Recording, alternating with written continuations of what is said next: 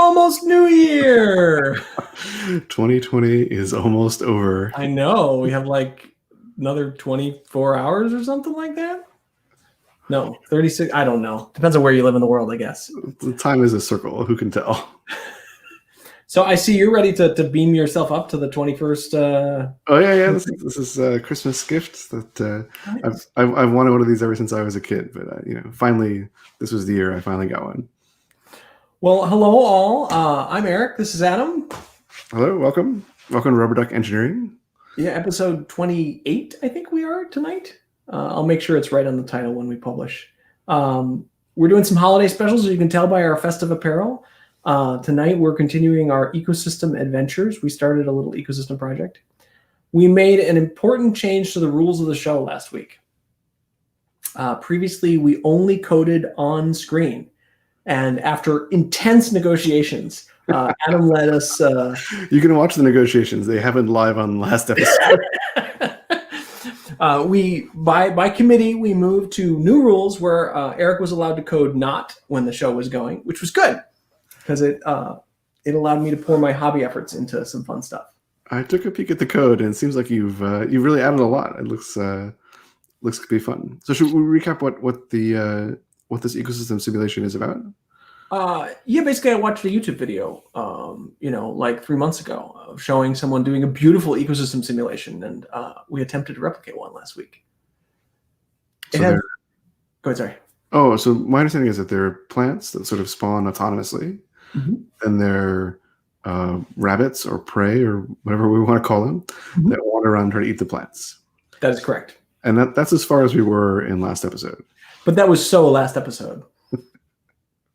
So while you all were sleeping or doing your other day jobs and other such things, holidaying maybe, I added predators and a heads-up display, and I made it so the predators could eat the prey. Oh, and I think I added some sounds, all sorts of crazy things. But before we get to any of that, we brought a special guest today. Ooh, who's our special guest, Eric? We brought a doctor of philosophy specifically about ecosystems because we don't know anything about ecosystems. We don't know anything about anything. That's true. We, in fact, have a banner for that. So we actually have somebody on the show today who knows what they're doing. Knows both code and ecosystems. Wow. Yeah. So shall we bring the mysterious doctor on? Sounds great. Before we do the tour. Summoning! Ta-da! Hello. Hello. Hi, everybody. Hi, welcome to the show. Thank you. It's a joy to be on. I am excited to see what you've come up with. We painstakingly researched ecology and made sure that our simulation is highly accurate, which I assume you will concur with. Accurate and beautiful. I didn't tell you about all the AAA game studios who reached out to us this last week. To license our technology. To license our sphere rabbit technology. Okay, shall we show the sphere rabbits? Let's do it. Hold on, I have to press the buttons. The buttons of destiny. Okay. So I didn't actually say very much about our guest. But our guest does know about ecosystems, do you not? Yes. Sorry. I guess a little background. What you're doing is kind of a run at population dynamics or population ecology, which is what got me excited about ecology in the first place. I have a master's of ecology, actually a master's of biological sciences from the University of Alberta, where I studied elk and how they move around Canadian landscapes. And I have a PhD from UC Berkeley, where I studied how elephants, rhinoceros, and zebra move and spread disease across landscapes. Did you cover spheres in any of your studies? No spheres were harmed in the studying of my PhD. You don't assume the moose are spherically shaped? I did do some mechanistic models and movement simulations, but I have never dabbled in the three-dimensional space. Aside from the summer, I traipsed around actually following elk. So a little bit different than trying to code them. But rabbits are new to me, especially sphere-shaped rabbits. Well, let's see what we can make go here. So although our game appears to be in 3D, I think it takes place on a 2D flat Earth kind of simulation. So here it is. and I think the viewers can hear all the glorious sounds that we added. What's going on with the one well off of the? They clearly have no bounds to their range. You've got 2 or 3 stragglers there. These are highly advanced 21st century rabbits. So things you can see. So the rabbits are supposed to be white, and the wolves or whatever they are supposed to be blue, I think. And as things start to die, not because of old age, but just because of starvation, they turn darker. And so you'll see that this is like the group of the predators who are all just dying here. Well, we might actually sort of kind of stabilize here. So what are these? I noticed that there's these giant circles that seem to surround the objects. What are those? That is their vision distance, and it looks like I made the predators have way smaller vision distance than the prey, which is probably not what I intended. Do the prey try to avoid the predators, or they're oblivious to the predators? I was starting to add that a couple hours before the show, and then I just didn't get to it. Maybe that's a project we should do tonight. And it seems like there's a little indication that's above this lovely rabbit on the right side of the screen. What is that? That is what it's trying to do. So when it turns green, it wants to, it's hungry and it wants to go eat something. When it's blue, it's wandering. And when it's red, it is seeking companionship. So here you have one surviving prey. So it's probably not going to do very well on that companionship. But I wonder, does it have a mortality? Will it die on its own? It probably should, but that has not been added. We could also do that. But you do have births then. So you don't have deaths, but you have births. You have like births. Correct. It is sort of, there's no swapping of genes. And it does require 2 to tango.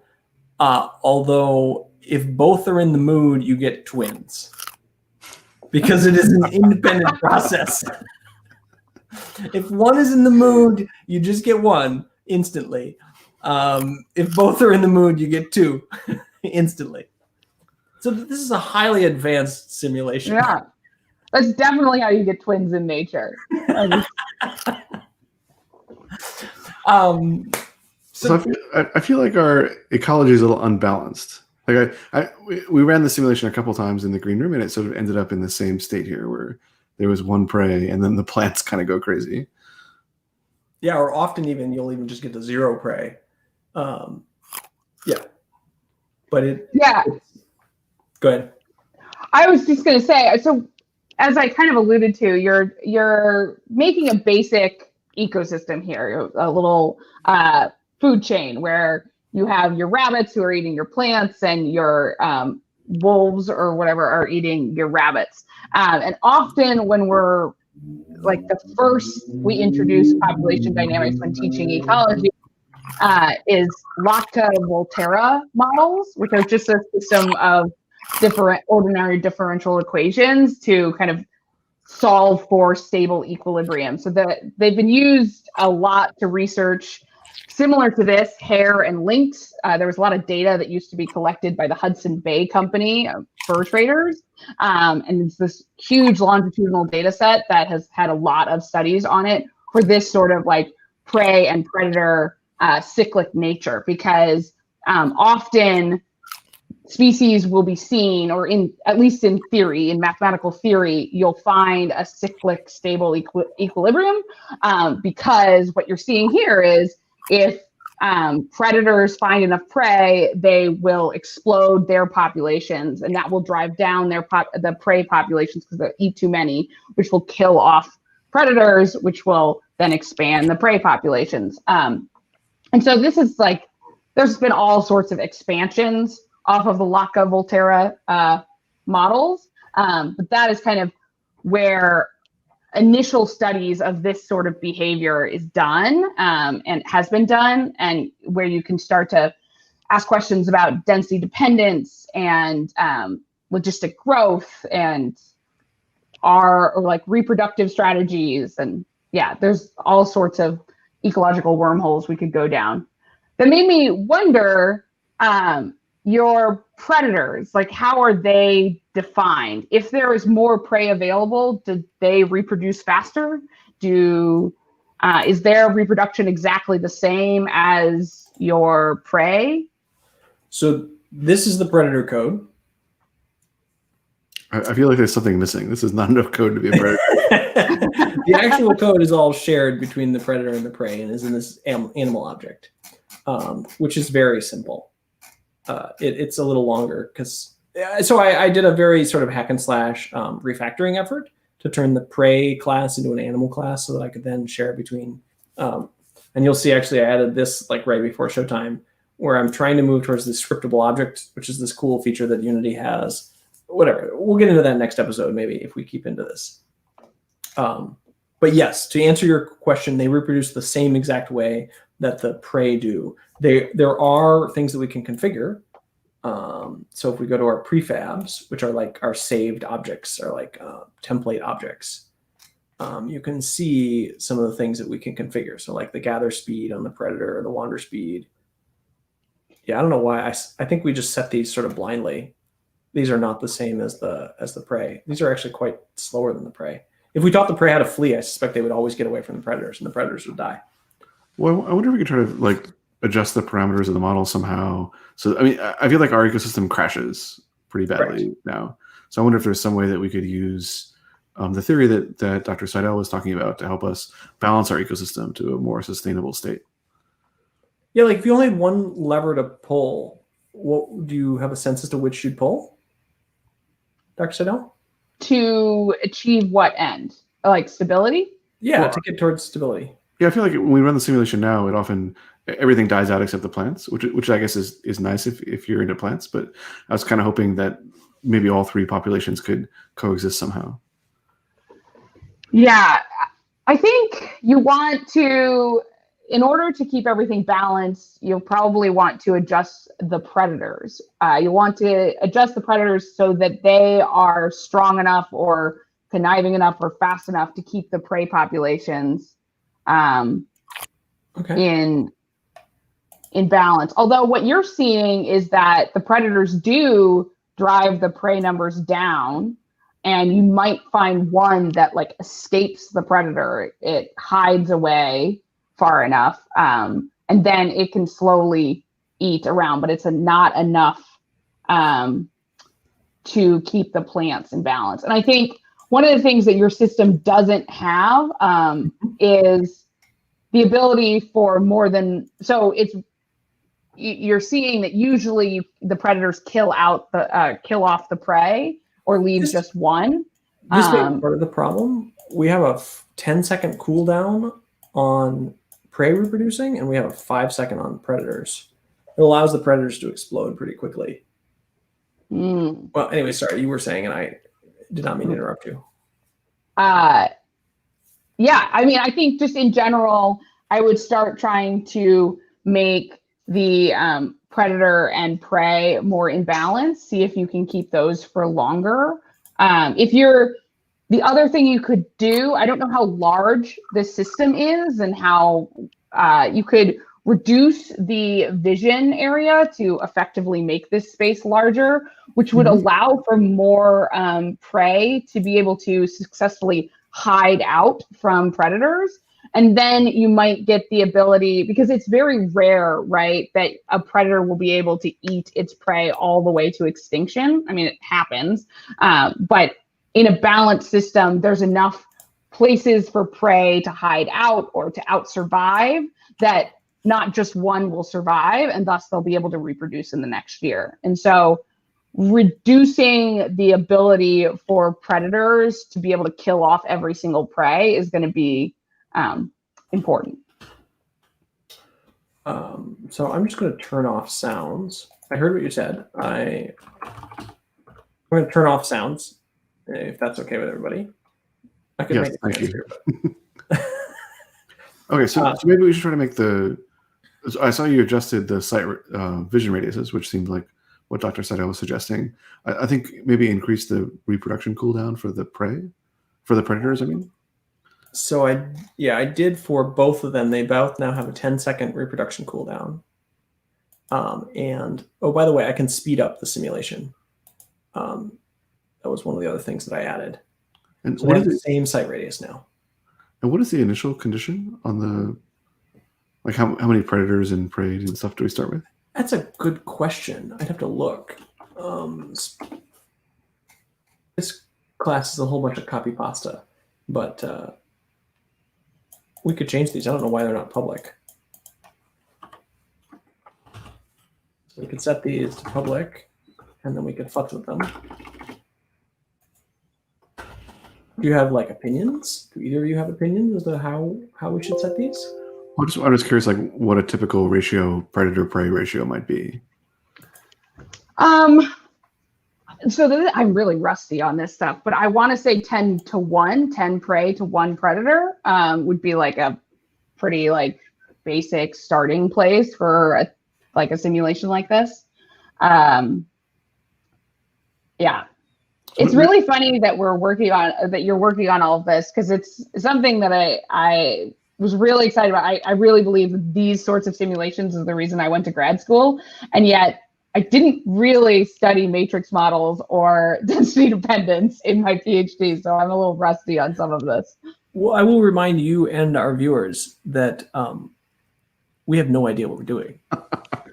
and so we don't expect you to either. I'm in good company then.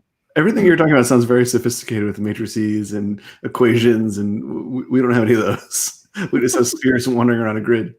So it's interesting that our prey they must be getting eaten, or maybe they can't see the food. That was an old problem.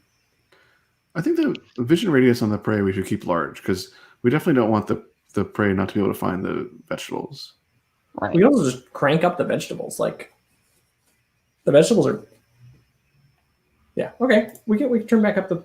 Yeah, I mean, one way you could do this is to, as you're going to say, like crank up the plants and try to balance a 2-species system, because right now you effectively have a 3-species system, because you could simplify this and the prey are really predators to the plants, and it's the same problem. So if we're interested in stability, we could do a number of things, but taking out one of them would be a way to simplify the problem as we iterate. Maybe we should start there. Maybe we should set the initial predators to nothing. Yeah, trivially done. Initial predators 0. And so now if we run our simulation again. So in this scenario, I would expect the prey to explode, right? Like they should have pretty unlimited plants, unless they eat all the plants and die. Correct. I mean, eventually this ends in death, because there's nothing limiting the prey. And we could limit them by giving them like a timeout, basically. Right. So they've eaten 100% of the plants now. So now they're going to balance out. We're going to see how many prey we can support based on the plant spawn rate. And generally it ends up being 0, because it has to be like, so maybe it's not that fast. Maybe that's an indication that we need like vastly higher plant spawn rates. I could also crank up the simulation speed. That was another feature I added. Oh, fascinating. I did not know it had to go to 100. Okay, I can trivially fix that. Yeah, so eventually the prey died out and then the plants come back. So the plants also just appear like manna from heaven. Like they just get dropped in. There's no... So what controls the plant spawn rate? Like what happens if we multiply that by 10? Food per second right here. Okay, so... So hold on, let me do 2 things. One is I want to... The HUD, I want to just clamp this so we don't... min 100. Oh, We'll deal with that later. We can go back to our editing here. Terrain, food per second. You just want that bigger? I was going to multiply by 10, so I was going to go to 6. I like big dials. All right, you will fill the screen quickly here. Without the power of the modeling equations, Yeah, I don't know how to turn dials in big increments. You're still. Go ahead, sorry. I was just gonna say, so hopefully, I mean, the prey is still uncapped, but I'll be interested to see if they are able to actually eat this all the way out. I think you might end up. Nope, they're gonna. I think they always will because they never die of old age. Oh. But if the plants are growing fast enough, you should end up.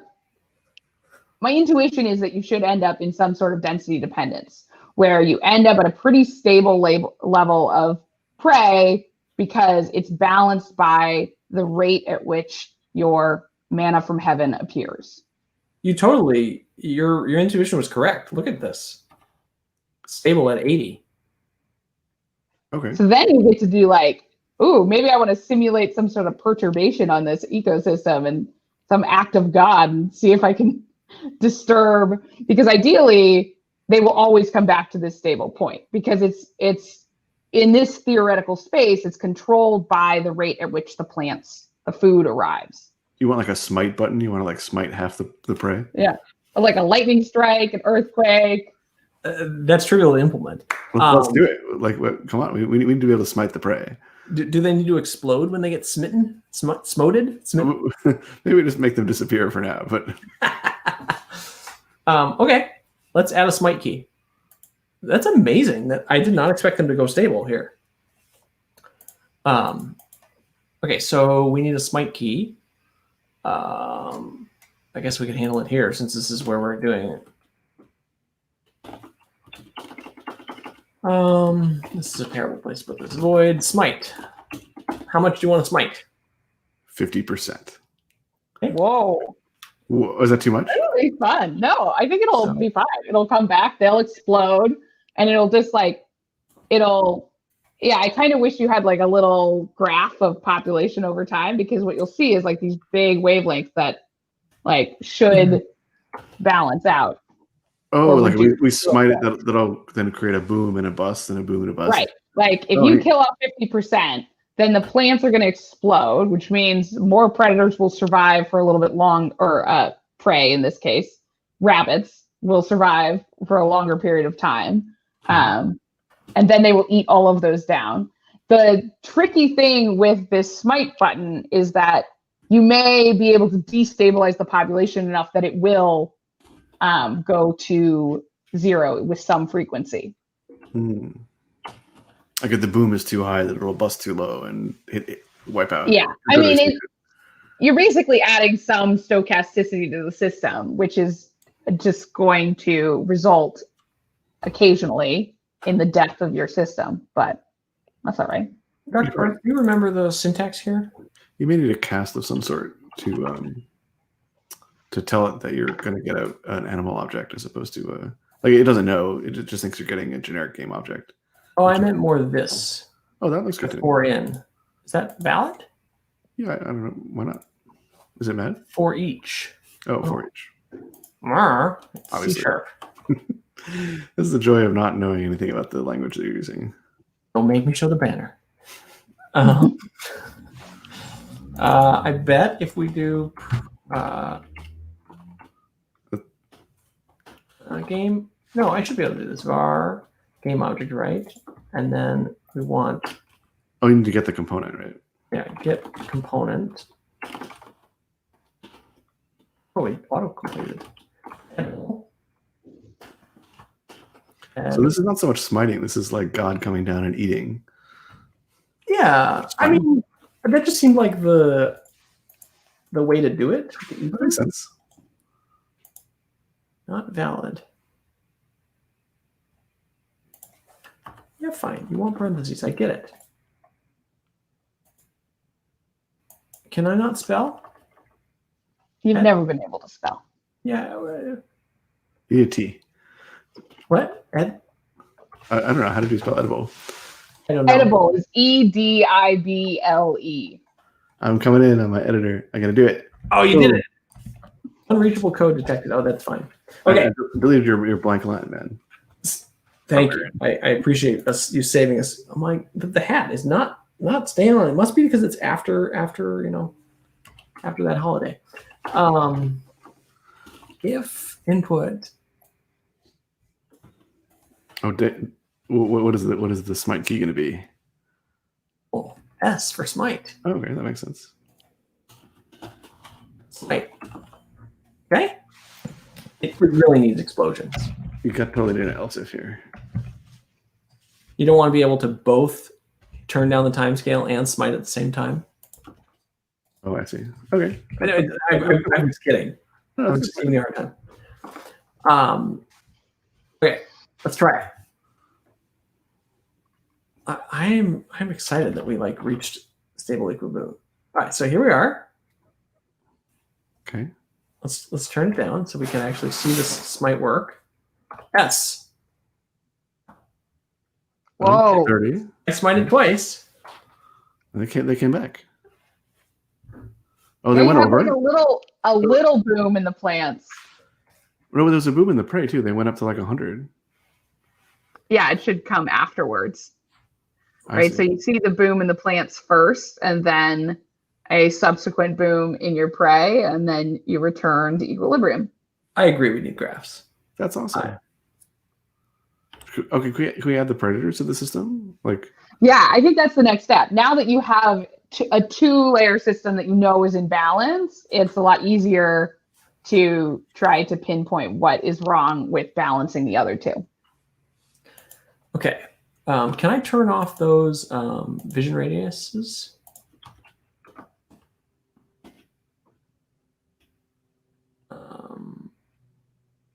Draw a circle. Is that the? I think this is it.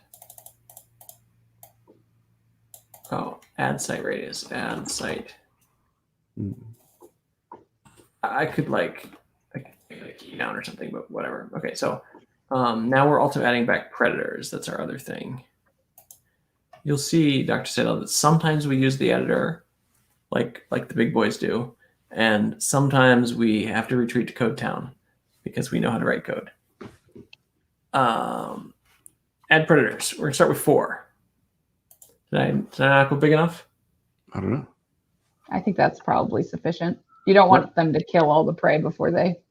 I kind of wonder if we should start the prey more in equilibrium, since we know what equilibrium is like. Oh, okay. But let's just let this run and see what happens.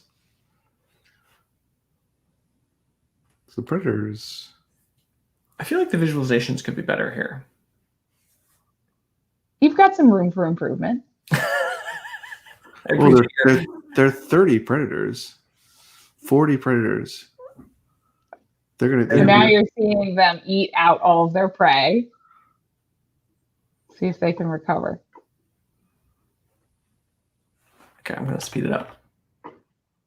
Oh, the prey. No! Oh, no. There you go. Is there a cap on the plants? There is. Do you not want there to be? Oh, I was just curious that it got to 211 and stopped. There's a max food density and an initial food density, but we can flip it. Why don't you crank the max food density just in case? Just double it or something. Or I got a nice easy number. So what happened? So the predators went crazy. They killed out all the prey, and then they starved in a giant garden of vegetables. They did. Yeah, so it seems like your predators are a little too efficient.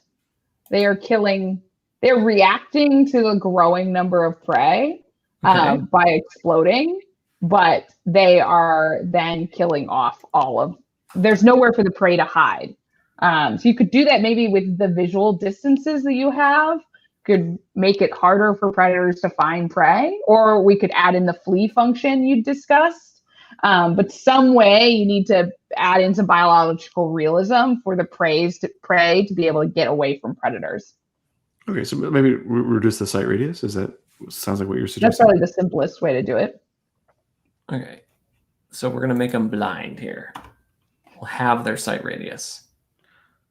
I feel like they're going to starve, but okay. I guess, well, we'll find out. We'll find out. Well, maybe we should be taking wagers about our various theories. Well, the predators seem to be doing okay. No, they're not starving. That's for sure. But they're also not eating up all the... This is amazing. Wow, that's so cool. I would never... Oh, no! Oh! They had one too many. It was doing so well. Try it again. Try it again. I would never have thought that the sight radius would have such a huge effect on what's going on. Oh, sorry. Because it's your most direct toggle on the rate at which prey are getting eaten. I do think we need a flea. I see, because when the prey are really dense, the sight radius... Right. Like, yeah, okay. What's going on here? Why do I see the predators couldn't find each other to reproduce? Mm-hmm. Oh. So we could split the sight radii. Well, but I see. You could also in that situation, it was kind of random chance, right? Your predators failed to find each other. I do think if you were thinking about wolves and rabbits, right? It would make sense that predators would be able to find each other better than they could find prey, right? Because wolves lay scent marking.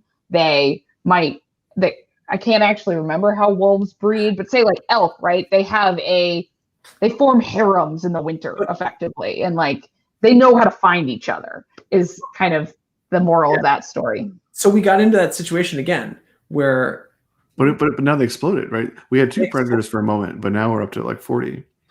Well, because then they're crashing. As soon as I don't think they have I don't know what the timeout is. You may be born able to reproduce. I'd have to check that. I see. So you can really explode quickly. Yeah, I know there's a timeout on you being able to reproduce, but I don't know if that timeout is set correctly when you are brought onto the scene. I just wonder if our world is too small. Maybe the predators need to have, if the predator density, if the equilibrium predator density is 1 per square here, then we won't be able to ever reproduce. I would be really interesting to see the add-on effects of a flea, because I think what might happen is you end up with some sort of rudimentary range happening where wolves are all concentrated in one area and hares are somewhere else, which might solve this sort of sight radius problem for reproduction, because it's now happened 2 or 3 times where predators just aren't able to find each other, which I don't think is particularly realistic from an ecological point of view. Okay, so maybe we should take Dr. Seidel's suggestions one at a time. So let's introduce a second sight radius for reproduction, see what effect that has, and then try to add a flea and see what effect that has. Okay. Does that sound like a plan? Am I hearing consensus? That sounds great. I'm all ideas over here and not very helpful on the C#. Oh, that's great. That's okay. We don't speak C# either. We just do so on TV. So that actually, splitting the sight radii we're going to have to, oh, we can do it. We can do it, I believe. We're going to have to give this a float. Radius, right? Yep. Because we're going to have to make the collar pass.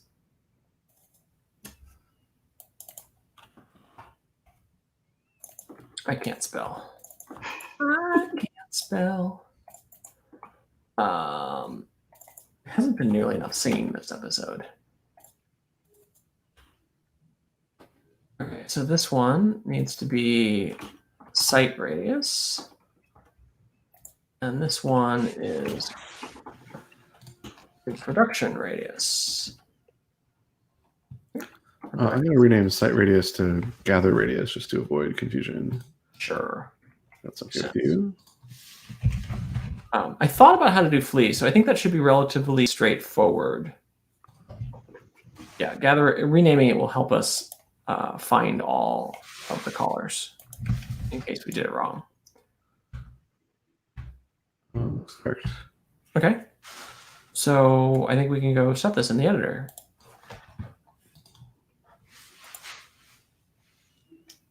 Yeah, unreachable code, it's fine. All right, so our reproduction site radius and gather site radius, what were these before? I don't remember. We're going to say the predator is... That was the danger of renaming the variable. We lost the... It's fine. I think it was like 3, but we're going to make this 10. For them being able to... And these guys were 20, I think. And should their reproduction and gather be the same on the prey, Dr. Sendell? I'm assuming that your prey is a rabbit or a rat or something that reproduces a lot. So yeah, I think having a single large radius is probably fine at this stage of your simulation. So N of 1, they did not get stuck. So I feel like we have a lot of predators versus our prey at the moment. Remember, no really age. Well, yeah, you don't have any mortality, and it's really easy for them to find each other and reproduce because they don't have any. They just will reproduce anytime. What's their impetus for reproduction? Are they always in heat or? No. Let's go look at those. So they will reproduce. They will seek to reproduce when they are above 0.8 full.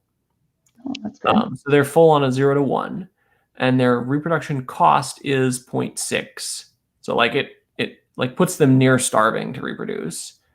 They will be gathering above 0.6. Below 0.6. Below 0.6. They're not very fast. They're relative to the other rabbits. And their metabolism is, I don't know how this ranks, but this is how much they burn per tick. So this is their real limiting factor. And when they are at 0, they die off, right? So they do die. Mm-hmm. Can you keep eating? Can you run the simulation again? I felt like it stabilized with all 3 populations present. Yeah, we were in stable for quite a while. Oh. Now we lost our predators again. Maybe we need to start with more predators than 4. Yeah. So they can find each other. All right, that's easy to do. I mean, if we think our equilibrium something like 40, 40, and 60, we could start there. But it's kind of exciting to see it get closer to it. But so yeah. So let's start with 80, because that's what I think we were.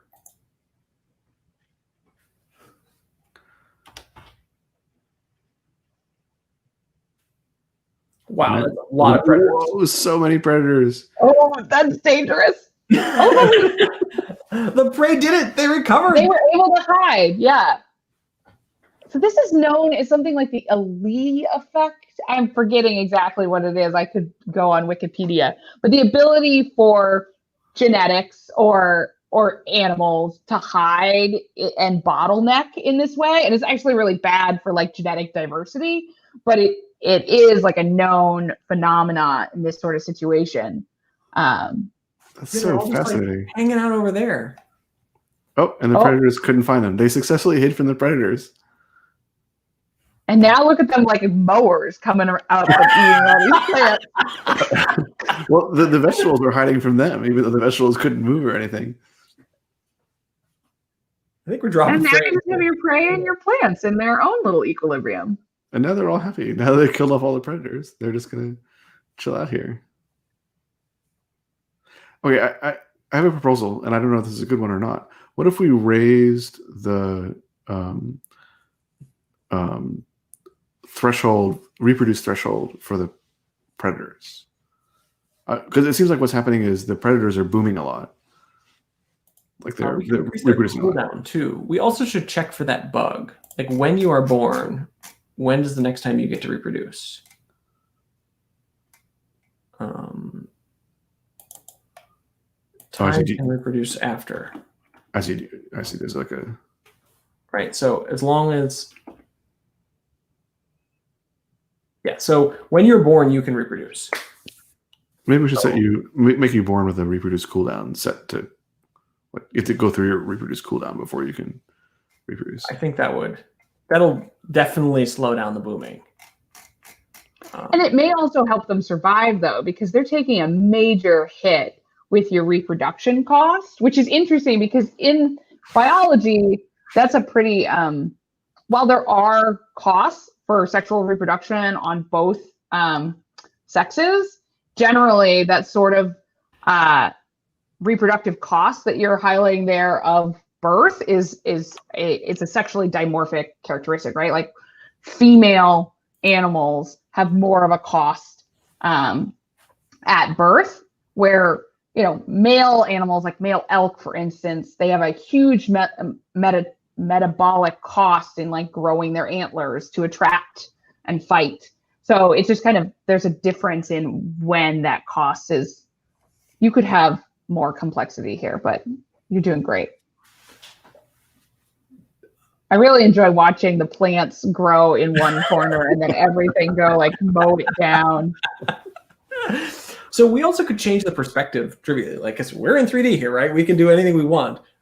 We haven't added like the ability to fly around anything, but we could certainly like have a top-down view if that would be more informative to this. Can we pin the camera to one of the predators and like watch ourselves like dart around looking for? Dun, dun, dun. I think it'd be really jarring because there's no like turning speed on these; they just flip around. Okay, we still have the problem that the predators die out here. So I didn't want to ignore what Dr. Seidel said. We are not modeling any of the. Although it requires, I may have said this earlier in the show, although it requires 2 to tango, currently the only one, there's no cost. It's a single cooldown. And either party can do it. Well, I think she was saying that our reproduction cost is very high. And right. Were you suggesting that we should lower that? I was just suggesting, and I don't understand the system and how, like what proportion. But Eric, you were saying that kind of hits them back to nearly 0 every time they reproduce. And that makes it really critical right after reproduction that they're able to find prey. And if there's not, I don't know what we've done with the cooldown between reproductions, but if you aren't, say you are able to eat once after you reproduce, you get up above that 0.8 or 8 threshold that you were talking about to want to reproduce again, but then you knock yourself back down. You're just always at a very fragile state. And I wonder if that's having implications on how easy it is for our predators to go extinct. So I did 2 things here. I dropped the reproduction cost to match what the prey's is. So they have to be above 0.79, so 0.8, which I think is what the prey is set to as well, before they'll even consider it. They have to be well fed, right? But they now cost them less. And I also told them to cool their heels more. Or were they not bursting? Maybe I should change one variable at a time in our very fragile system here.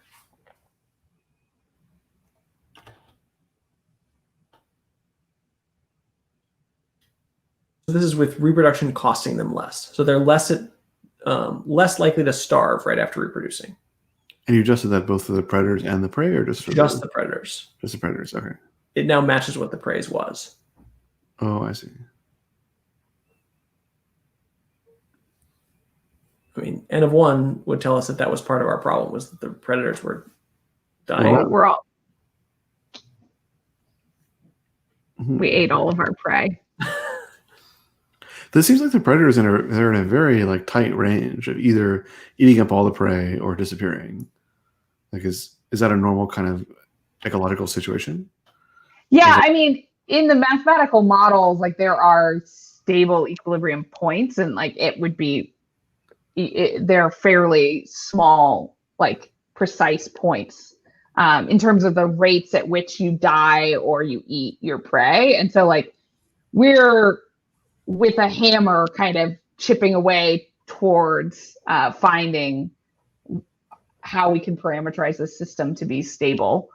There's a variety of things we've touched on that aren't realistic, but even the set of equations I alluded to at the top, they're, Lac of Volterra assumes a lot of things that aren't particularly realistic, like predators are never satiated, which I don't believe you have any satiation here, so that's not a contributing factor, or that there's no environmental differences. So it's also a pretty simple set of equations, but we do have satiation in the sense that they will stop looking for food above a certain threshold. Interesting. Right, so they only look for food when they're below 60%, I think. That probably is helping us get towards stability, because you wouldn't have the drive to eat prey quite as fast. Well, why don't we try dropping that and try to see what effect that has? Making them give less of a buffer zone? Yeah, less interested in hunting. That means they'll like, when they get interested, they will have less time in order to find food. Oh, I see. Also, the predators are quite slow compared to the prey, so the prey may not be trying to avoid them, but like, unless they're wandering, even if they're wandering, they're always, like, if they're gathering or they're reproducing, they will be faster than the predator. So even a predator trying to chase will not succeed. Can the predator eat the prey in any state the prey is in? Yeah. Okay. This is like a random simulation. I can show up the banner to remind everyone, but like, we just slapped this together. We did give 3 different speeds for the 3 different activities for no particular reason. And then when we made the predator prefab, we just set them all to basically the same.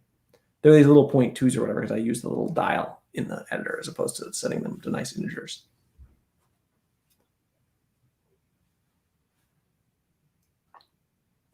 Sorry, I mean, this is fairly sophisticated. You've given a lot of parameters that, that I don't actually, I think there's probably a lot of interactions going on here that I don't have a great intuition about, because I don't know how your movement speed, even as a movement ecologist, I don't actually have a great intuition about the movement speed of a sphere on a 2-dimensional landscape and how that will impact its ability to stabilize. But I am really encouraged that we were able to get some stability. I think. Yeah. I think 3 is a really important. It'll be interesting to see what that would do. Maybe if our main problem is that the predators are dying out. I mean, it's quite. Well, we got in the situation again where there are 50 predators, but even now the predators died out. Interesting. We were in a situation. We don't have the graph. Causing them to die? Well, the predators got really high and the prey got really small, and so they weren't able to eat, I guess, and then they all died. Well, the predators get really high directly after the prey expands. I don't know what. Presumably because the predators are better fed when there's more prey, right? Like, that's the mechanism, is that more of your predators are over that 0.6 or 0.8 threshold. So more of them are reproducing, and then they explode. So I think that the making it so that babies couldn't immediately reproduce in the presence of food maybe swung our equations more than we realized, because that happened to both of them, right? It was not just the predators. The prey got that too. Well, there we just, the prey exploded, but the predators could not find each other to reproduce. What if the reproduce speed was really high? Because we made the reproduce vision really far. Well, it's not actually. I mean, we can make it much farther. Right? Reproduce site is 3 times as far as the gather radius, but it's still half of what the reproduce site for the. No, I'm talking about the reproduce speed. So, like, you can see all the way across the map to find the one you want to reproduce to, and then you can book it over there. Oh, Sure. So like we could we could let you go to warp when, when it's time. We also could we are just taking hammers to this, by the way. We could also, let you see. Are predators still quite a bit slower than prey in terms of their gather speed? Not when they want to reproduce. And but in terms of the gather speed, I believe they are. Yes. I'm waiting to see one just dart across the map.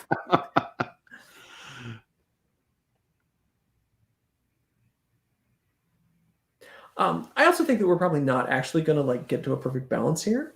That's fine. This has been really interesting to sort of see how these parameters affect. Oh, the prey! There are 2 prey left. Can they find each other before they run out of food? Why? That's pretty far.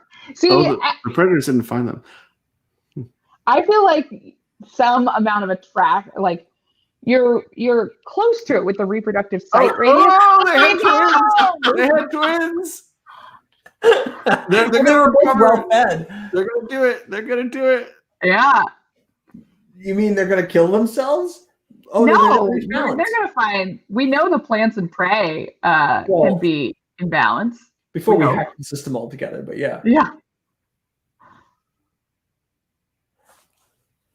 The planning, the lack of planning stochasticity makes this feel like it's dropping frames, but I don't think it actually is. It's just so fascinating to me that the prey plant dynamic is so stable, but the predator one is totally like I guess we just haven't found the stable point to it yet, or like it's just interesting that it's so different. I think there's just a lot more complexity, right, with trying to balance the predators and the prey because you've got 3 parameters on their speeds and they're both moving.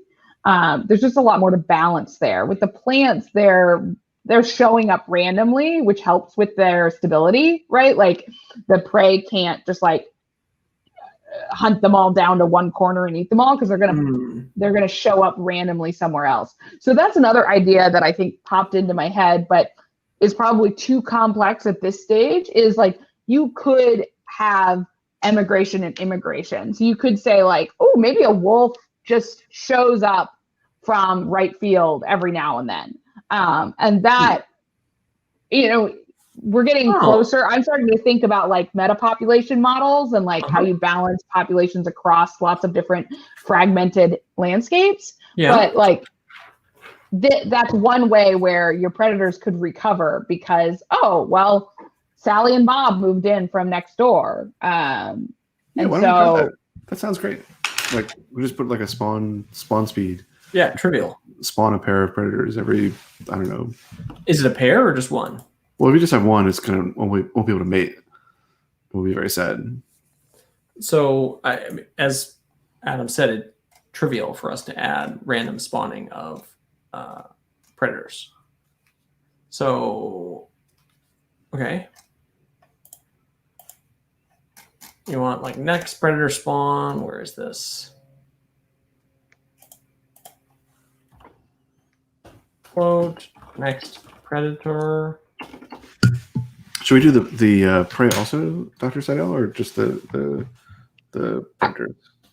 I think a very slow random spawn. So your predator might spawn a new one after every 10 clicks or something at some low probability. Is probably your prey are pretty happily mating. I don't think they need a lot of help. But this, for your slower mating predators, the other thing you could do is make it so that your predators were really good at capturing prey, but then I think you might encounter a lot of extinction of your prey.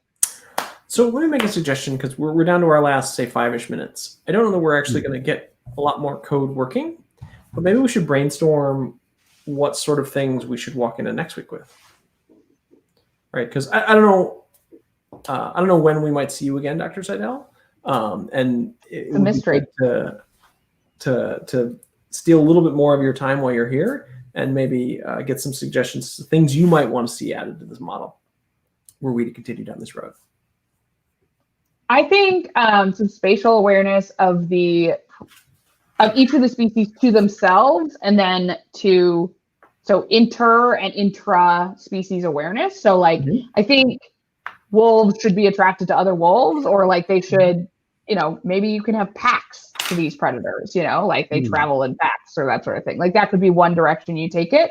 But right now, kind of the random behavior gives you more of this risk of them not finding each other, which is not particularly biologically realistic. And then that leads into the flea behavior as well. Like rabbits should be responding in some particular way to the other species. So you could do this at the plant prey level too, right? Like rabbits are attracted to plants. We already have that kind of rudimentarily in this model. But you could say like rabbits are repulsed by wolves or scared of wolves so that they run away. That would be a little more realistic and help with some of this balance. And then, more realism around births and deaths. And that could, that's just how you add and subtract things from your system. And that can also kind of have the added complexity of this sort of predator spawner, where you have emigration or immigration. You could do this the other side of the like randomly having wolves show up. You could have randomly having predators leave, but I think in your closed system, to get it to stability, something that is a little bit more realistic behaviors between rabbits and wolves with themselves is probably where you need to go next. It's really an interesting way to get around, like to just simulate your way into understanding this. So, just to clarify, when you say more realism around births and deaths, you mean having the creatures die of old age, introducing like genders, and you could go really complex and add in genders. I don't think you necessarily need to, but a simple way to bring more realism here would be to say, okay, each tick is a year, and my rabbits live for 10 years. My wolves live for 15 years. And then you could, if you really were going to do like a full life cycle matrix model here, you would actually have like different parameters for their success at reproduction at each of those years, or their success at hunting at each of those years. And that would be one way to bring a lot more realism here. We talked at the point about doing some sort of like getting some evolution kind of ideas in here. Like maybe when they're born, their sighting or speed parameters were adjusted based on their parents somehow, and then seeing what happens over time.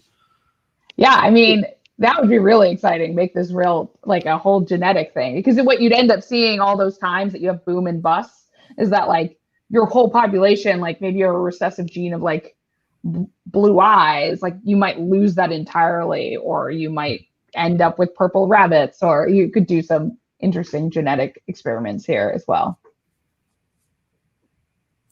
Well, this has been fun. A very different rubber duck engineering than I think we've had. I think that this conversation certainly took this model to places I never anticipated us going. Like, I never would have thought to, well, let's balance the plants and the rabbits first. Or even that the sight radius has such a strong impact on the result. That's not something I would have thought of at all. That's fascinating. So, sight radius is just one last point. Is like very similar to like some of the mechanisms I thought about in terms of my home range research for my master's, is like being able to remember where your favorite plants are and go back to them, and like that sort of behavior is like a very rudimentary understanding of memory, and that could drive a lot of behaviors that we see in terms of like movement of animals across the space. So I'll let you close now, Eric. I found this really fun. I hope your viewers enjoyed the slightly more ecological tilt. As a show note, we will actually be back on our regular Thursday schedule next week. The code that we were showing is right here. I should have put it in the rubber duck engineering GitHub, and maybe I'll move it this week. And otherwise, we loved seeing you all. It was wonderful to see you both, doctors. Yeah, thank you for joining us, Dr. Seto. Thank you for having me. It was very fun. Maybe I'll learn a little C# next. And we'll see you all next week. Take care. Bye.